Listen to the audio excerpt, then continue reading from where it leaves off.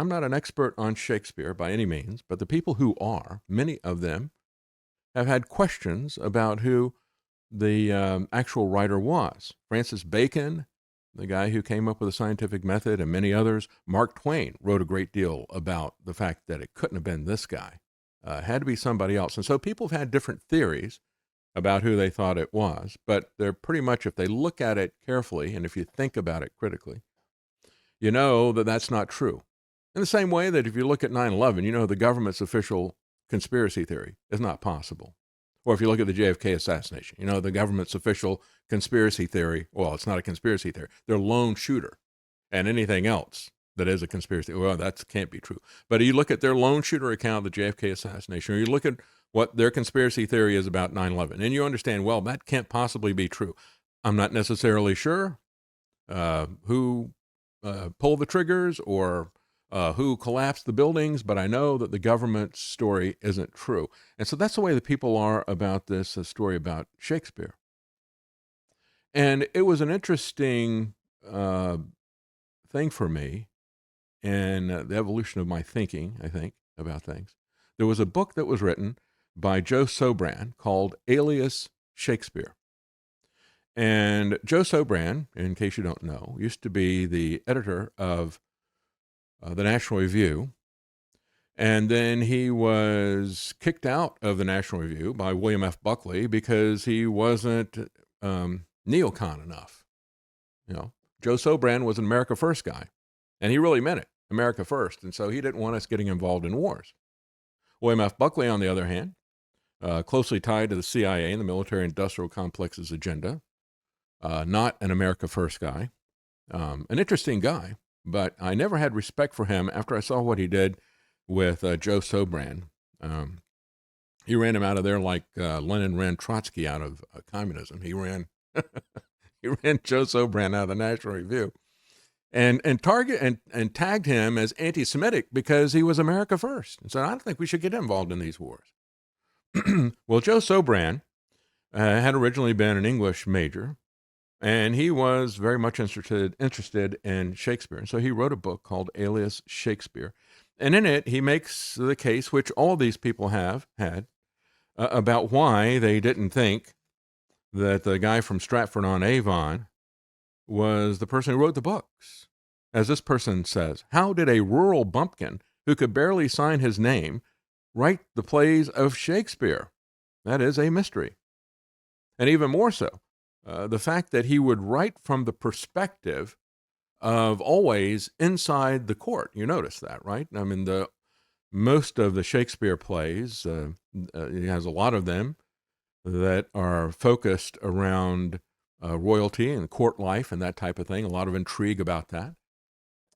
There's the more common people are not really fleshed out, right? You would expect that if it was somebody who was a rural country bumpkin and who was poor and that type of thing and had never been in the court, you would expect that person to see the royalty and the court from a distance. They would be not so detailed in their definition as characters, and the people that were people of his social strata would be the ones who would have the detail in their character, be perceiving all of that stuff. And there's a lot of other things about that. He goes through it bit by bit and says, well, you know, look at this particular thing. We have somebody that is shipwrecked or kidnapped or this. These are things that actually did happen in the life of the guy that he believes did it, the Duke of Oxford, Edward de Vere. And there was, this is a guy who was inside the court. Even the way that certain historical figures that are just a few generations removed from him at the time, he chooses as villains those who would be opposing his ancestors more often than not, and other things like that. So a lot of people have come to believe that that is the case, but a lot of them do not believe that it is a guy from Stratford. And among other things, he spelled his name as Shakespeare. And but that's just one of the smaller things there. I had a friend I worked with in Research Triangle Park as an engineer, and he was His mother was part of an organization. Her whole job revolved around Shakespeare. She was a records curator for some foundation that was all about Shakespeare or something. She really hated to hear anybody question the person from Stratford-on-Avon being Shakespeare. But there's a lot of different aspects to this that are kind of interesting. But the reason I bring it up is not just an intellectual curiosity. And I think it was something that really was instrumental in my thinking. He points out if Shakespeare was Oxford, everything written about Shakespeare as Stratford is more or less nonsense.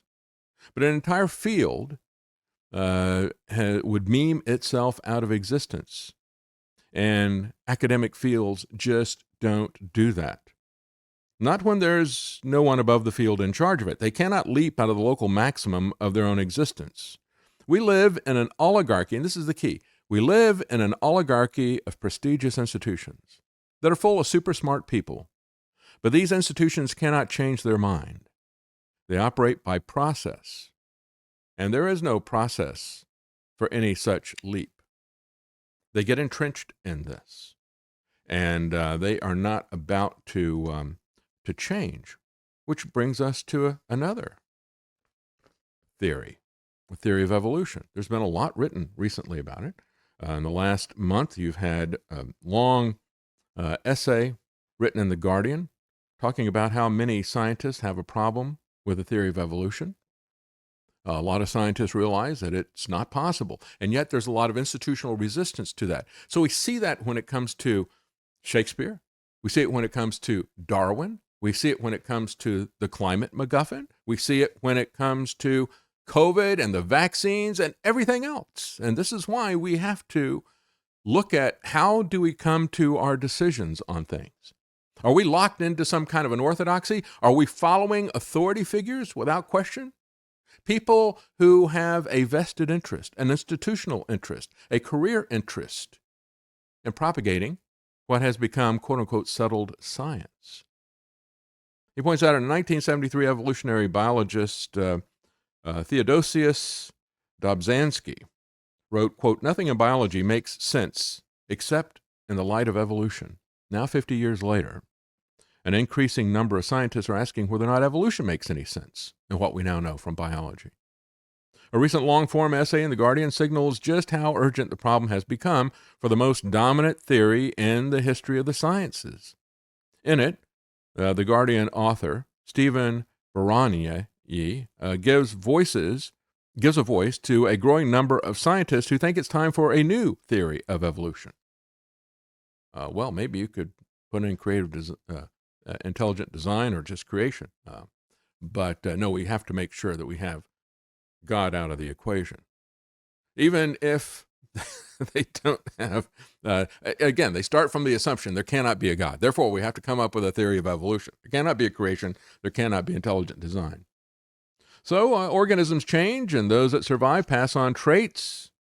Massaged a bit to incorporate the discovery of DNA, the theory of evolution by natural selection has dominated for 150 years, especially in biology. This whole idea, the drive to survive, is credited as a creative force behind all of the artistry and the engineering that we see in nature.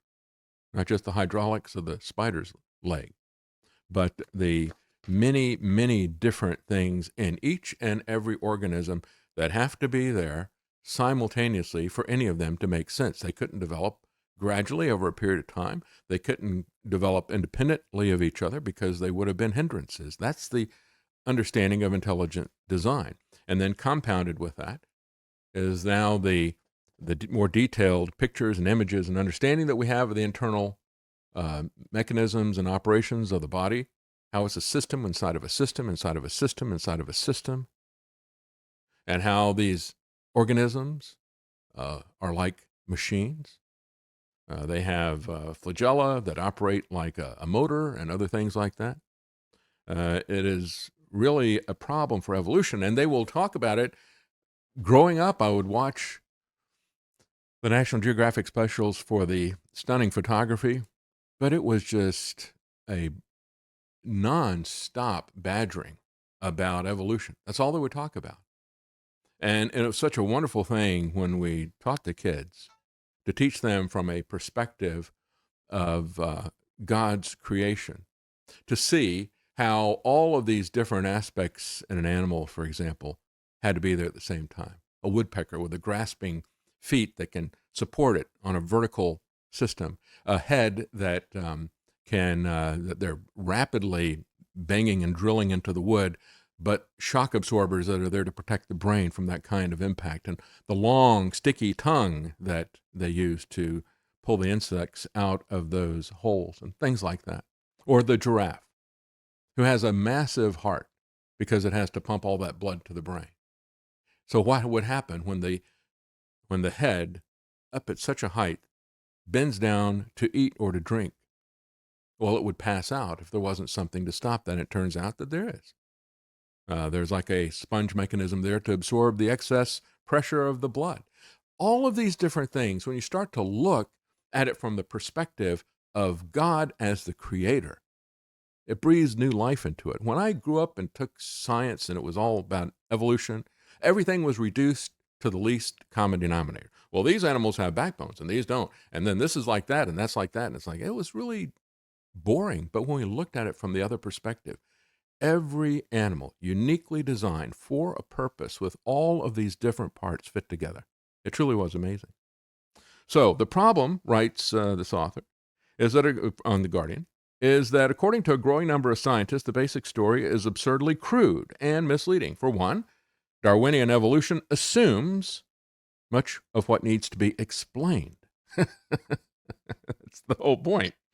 For instance, consider the origin of light-sensitive cells that rearranged to become the first eye, or the blood vessels that became the first placenta. As a matter of fact, that was one of the reasons why Michael Behe, who wrote Darwin's Black Box, it was a book about intelligent design. The name of it was Darwin's Black Box because Darwin said, there's these black boxes like the eye. He goes, that's the best argument against my theory of evolution. Because even with his limited abilities of observation, because of his limited tools, as I've mentioned before, we went to the British Museum to see the shrine that they had built to Charles Darwin. His magnifying glass was all he had to look at was stuff. He didn't have a microscope or anything like that. So, but he could understand, even with his just powers of natural observation, with his own eye, he could understand the problems of the sophistication of an eye. And he didn't even scratch the surface of it. These people are talking about the light-sensitive cells and all the rest of these things, and it involved all these things having to be there at once. How did these things originate? Well, according to one University of Indiana biologist, we still don't have a good answer. He said the classic idea of gradual change, one happy accident at a time, that's fallen flat. So in 2014, an article in the journal Nature, jointly authored by 8 scientists from diverse fields, argued that evolutionary theory was in need of a serious rethink.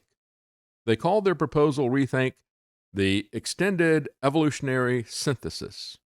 And of course, before that, back in the 20th century, and I can't remember, I think it's maybe in the 90s, I'm not sure.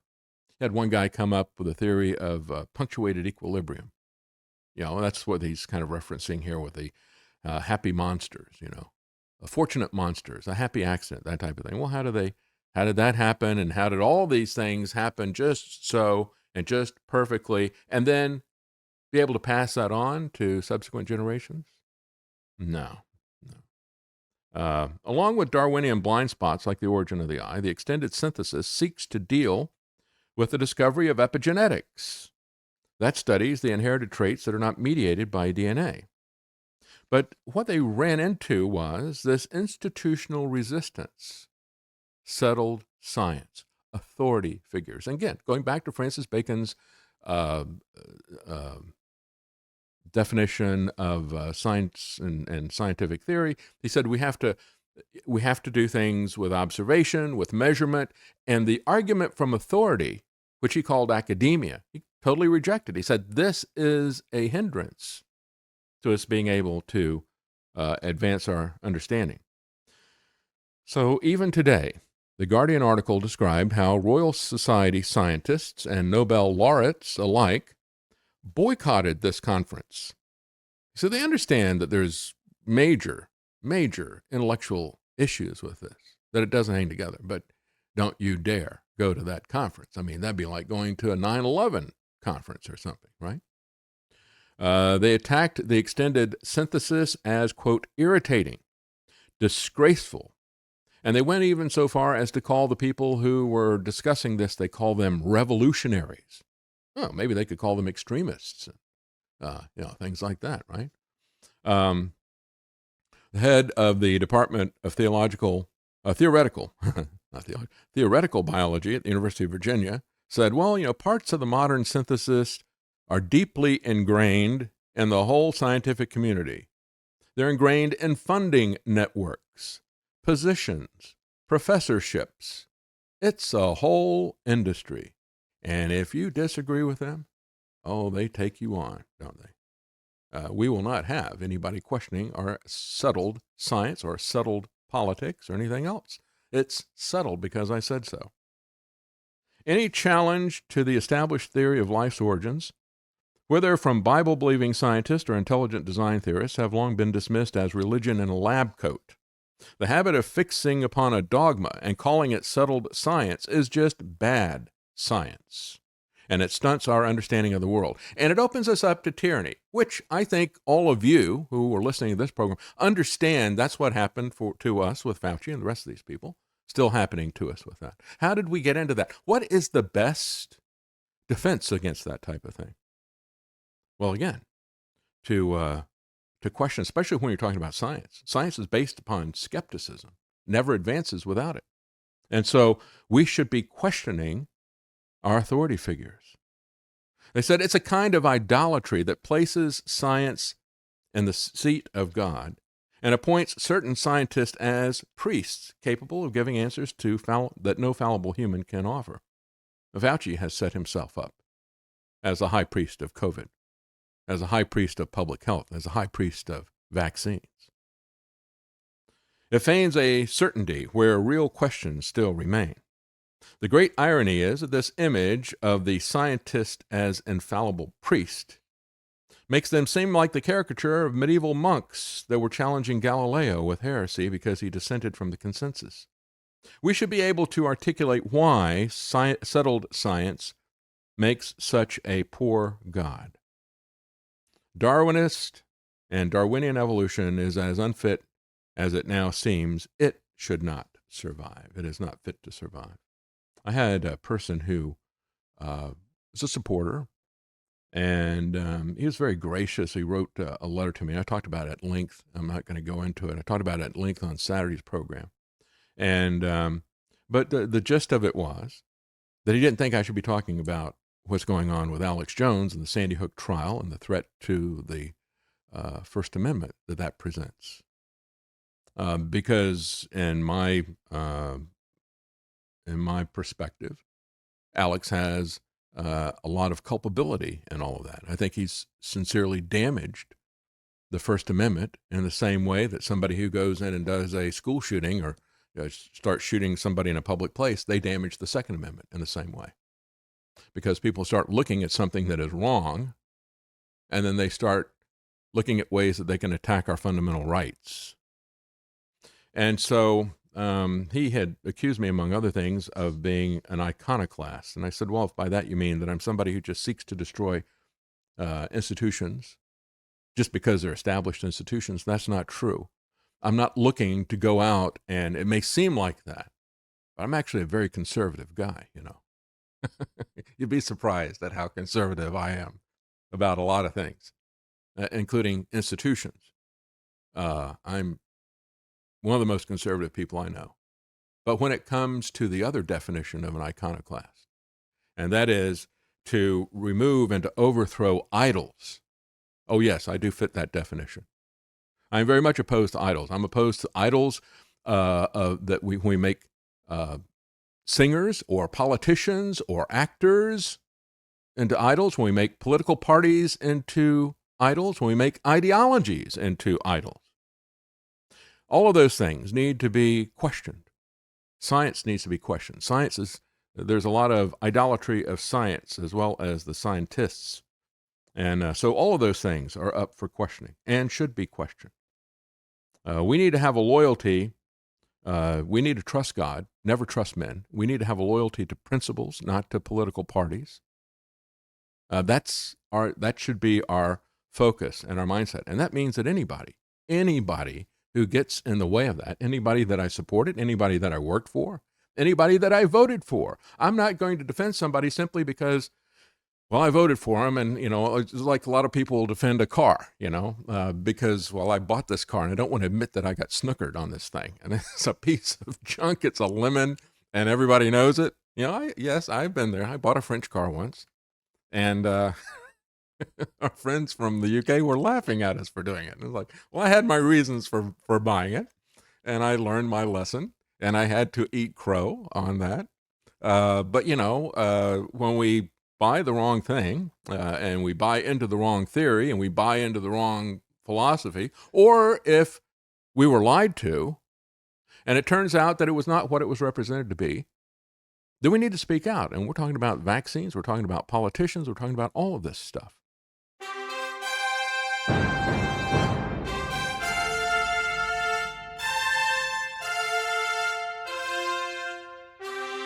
The common man. They created Common Core to dumb down our children. They created Common Pass to track and control us. Their Commons Project to make sure the commoners own nothing. And the communist future. They see the common man as simple, unsophisticated, ordinary. But each of us has worth and dignity created in the image of God. That is what we have in common. That is what they want to take away. Their most powerful weapons are isolation, deception, intimidation. They desire to know everything about us while they hide everything from us. It's time to turn that around and expose what they want to hide. Please share the information and links you'll find at thedavidknightshow.com. Thank you for listening. Thank you for sharing.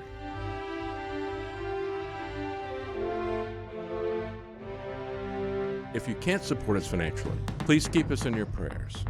thedavidknightshow.com.